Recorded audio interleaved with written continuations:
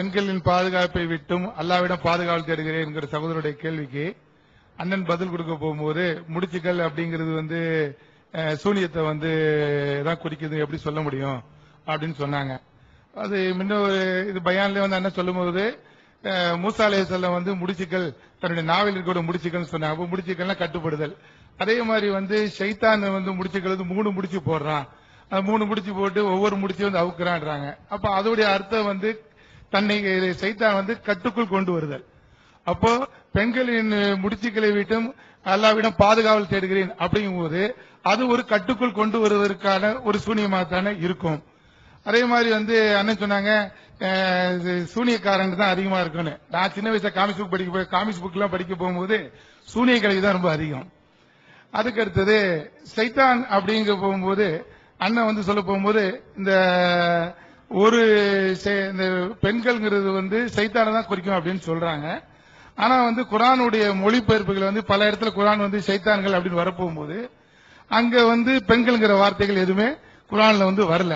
அதே மாதிரி ஒன்றுக்கு மேற்பட்டவர்கள் சைத்தான் வரப்போகும்போது பெண்கள் அப்படிங்கிற ஒரு இது எடுத்துக்கிட்டாலும் ஹாருத் மாருத் அவங்களை குறிப்பிட போகும்போது சைத்தான்கள் அப்படிங்கிற வார்த்தை வரப்போகும்போது சைத்தான்களுக்கு பெண்கள்ங்கிறது வரல.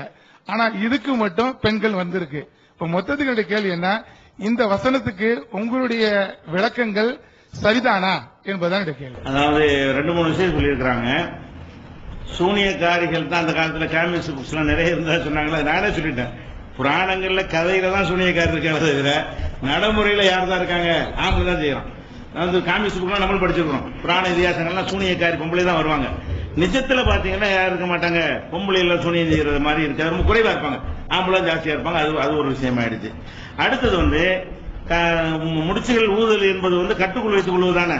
இப்ப சூனியக்காரங்கள் கட்டுக்குள்ள வைத்துக் கொள்வது எடுத்துக்கொள்ள கூடாதுன்னு கேட்கறாங்க. எடுத்துக்கொள்ளலாம். ஏன் எடுத்துக்கொள்ள கூடாதுன்னு சொல்றோம்னு கேட்டா, சூனியம் ஒண்ணு இல்லைன்னு நல்லா சொல்லிட்டான், கற்பனைன்னு சொல்லிட்டான், அதுக்கு எந்த ஒரு ஆற்றலும் இல்லைன்ட்டான், அது பொய்ன்னு சொல்லிட்டான். அதை கொண்டு கட்டுக்குள் எடுக்க முடியாதுன்னு சொல்லிவிட்டான். அதை கொண்டு கட்டுக்குள் அதுக்கு முரண் இல்லாம தான் விளங்கணும். அது இல்லாம சூனியம் விளங்குறதுக்கு எந்த ஒரு முகாந்திரம் இல்ல.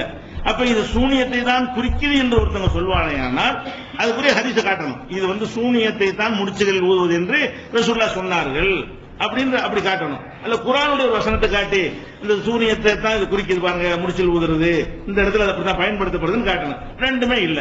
அப்ப முடிச்சுகள் ஊதுதல் மட்டும் வரும்பொழுது அது சூனியம் என்று நீங்க செஞ்சீர்கள். ஆனால் சொந்தமா சொல்றோம், சுயமா சொல்றாங்க.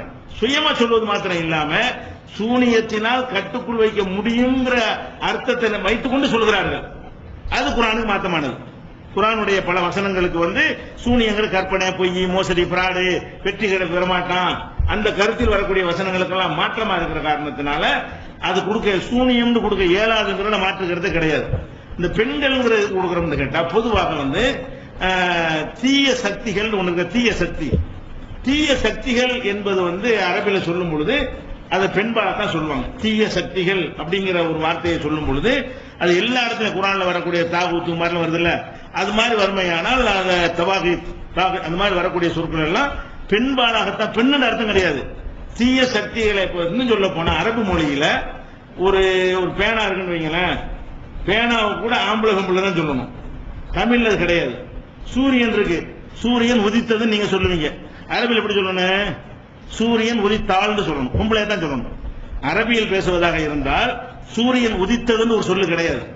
சூரியன் உதித்தாள் பொம்பளைய சொல்லணும். சந்திரன் உதித்தான் என்று சொல்லணும். சந்திரனை சொல்வதாக இருந்தால், அரபியில் சொல்வதாக இருந்தால் எப்படி சொல்லணும், தல அல் கமரு, தலான்னா உதித்தான் ஆண்பாள், தல அல் கமருன்னு சொல்லணும். ஷம்சு சூரியனை சொல்வதாக இருந்தால் தலாத்தி ஷம்சு பெண்பாள சொல்லணும். இப்படி ஒவ்வொன்றுக்குமே விரல், மூஞ்சி, கண்ணை பெண்பாளை பயன்படுத்துவாங்க. அது மாதிரி கையை பெண்பாளை, எதெல்லாம் 2 உறுப்பு இருக்குதோ அதையெல்லாம் பெண்பாளை யூஸ் பண்ணுவாங்க. இப்படிலாம் சில முறைகள் அரபு மொழியில் இருக்குது. எதை எடுத்தாலும் சரி ஆணு பெண்ணு 2 தான் பேசுவாங்க. அதுங்கிற நடுநிலையான ஒண்ணு வச்சுக்கோங்கள, அகிரிணை, அது அரபில கிடையாது. ஆடு வந்ததுங்கிறீங்கல்ல, அப்படி அரபில பேச இயலாது. ஆடு வந்தான்னு தான் பேச முடியும். மாடு வந்ததுங்கிறீங்கல்ல, மாடு நீங்க தமிழ்ல சொல்லலாம், மனுஷனுக்கு வேற அப்படி ஒண்ணு. அரபில மாடு வந்தது சொல்வதாக இருந்தால் மாடு வந்தான்னு தான் சொல்லணும், அல்லது மாடு வந்தால். அவன் எதை ஆம்பளையா பயன்படுத்துறான், எதை பொம்பளையா பயன்படுத்தான் பார்த்து நினைவில் வைத்துக் கொண்டு இது ஆம்பளை யூஸ் பண்ணணும், இது பொம்பளை யூஸ் பண்ணணும். பேனா உடைந்ததுன்னு நீங்க சொல்ற மாதிரி அரபில் பேச பேனா உடைந்தான், பேனா உடைந்தான் அரபில் சொல்றாங்க, ரெண்டுமே இருக்குது. அப்ப அந்த மாதிரியா வைத்திருக்கிற காரணத்தினாலதான் அரபில் ஏதாச்சும் தீய சக்திகள் வரும் பொழுது அதை பெண்பாலா பயன்படுத்திடுவாங்க. தீமையான சக்திகளை யூஸ் பண்ணும் பொழுது சக்தி ஆற்றல்கள் வருதுல, அது எல்லாத்தையுமே யூஸ் பண்ண என்ன செய்வாங்கன்னா பெண்பாலா பயன்படுத்துவாங்க. ஏதாவது ஒண்ணுதான் பயன்படுத்த முடியும். அப்படி பயன்படுத்தும் போது அது ஆணை குறிக்கும். தீய சக்திங்கிற கருத்துல எல்லாரும் வந்துருவாங்கல்ல, அந்த அடிப்படையில் என்ன செய்யறோம்னா முடிச்சுகளில் ஊதக்கூடிய சக்திகள், முடிச்சுகளில் ஊதக்கூடிய சக்திகள் சொன்னா நம்ம என்ன சக்தி இருக்குன்னு தேடி பார்க்கிறோம். சூனியம்ங்கிற சக்தி இல்லைன்னு ஆயிடுச்சு. அப்படி முடிச்சுகள்ல ஊதியும் செய்யறது கிடையாது, முடிச்சு எல்லாமே செஞ்சிட்டு இருக்கிறாங்க. அது பெண்கள் மாத்திரம் அவங்க நம்பிக்கை பிரகாரம், சூனியம் இருக்கு நம்பிக்கை பிரகாரம் பெண்கள் மாத்திரம் செய்வது கிடையாது, ஆண்களும் செய்யறாங்க. முடிச்சுகளில் மாத்திரம் செய்வது கிடையாது, வேற வகையிலும் செய்யறாங்க போது இது வலியை கொண்டு போய் திணிக்கிறாங்க. அதே நேரத்தில் நம்ம ஹதீஸை பார்க்கும்போது இந்த சைத்தான் ஊதுவது முடிச்சவர்கள் என்பது பொருத்தமாக இருக்கிறது. அதுக்கு நம்ம பாதுகாப்பு தேடணும். முதல் சூறாவில் மனிதனுடைய உள்ளங்கள்ல வசுவாசை தீ எண்ணங்களை ஏற்படுத்துறாங்கல்ல, அமின் சரில் வசுவாசில் கண்ணாசன் பாதுகாப்பு தேடுறோம். முடிச்சுகளில் ஊதுறது என்பது சைத்தான் முடிச்சு போது செய்யறான், தீய சக்தி நம்மளை வழிகெடுக்க பார்க்கறான் அப்படின்னு சொன்னோமே. ஆனால் அந்த வசனங்களுக்கு முரண் இல்லாம போயிடுது. எந்த வசனங்களுக்கு சூனியம் கற்பனை சொல்லுதுல, அந்த கருத்தில் உள்ள வசனங்களுக்கு எல்லாம் முரண் இல்லாம போயிடுது. இப்படி சொன்னீர்களே, ஆனால் இது அல்லாஹ் கேட்பான், இது சூனியம் எப்படி விளங்குன? அப்படி நான் நேரடியாக சொல்லவே இல்லை. வேற ஒரு இடத்துல முடிச்சுகளில் ஊதுவதற்கு இதான் அர்த்தம் நான் சொல்லி தரவும் இல்லை, என் ரசூலும் சொல்லி தரவும் இல்லை. நீனா ஒரு சூனியத்துக்கு ஒரு சக்தி இருக்குன்னு குர்ஆனுக்கு மாத்தமா நினைத்து கொண்டு நீ ஏன் அந்த வியாக்கியானம் கொடுத்தன்னு அல்லாஹ் கேட்பானே தவிர இது கேட்க மாட்டான். ஏன் அப்படி செஞ்ச, நீ வியாக்கியானம் கொடுக்கல. ஹதீஸ் ரசூல்லா ஊதுறது முடிச்சு சூனியத்து இதெல்லாம் விளக்கம் தந்திருக்கிறாங்க, அது பொருத்தமா அறிஞ்சு விளக்கிட்டா நல்லா பிடிக்க மாட்டான். எதுக்கு பிடிப்பான்? இட்டு கட்டி நம்ம கருத்தை திணிக்கிற மாதிரி குர்ஆனுக்கு மாத்தமா கொடுத்தாதான் பிடிப்பான். இதெல்லாம் வச்சுதான் என்ன செய்யறோம்னு கேட்டா இது நஃபாதாத்துங்கிறது குறிக்காது.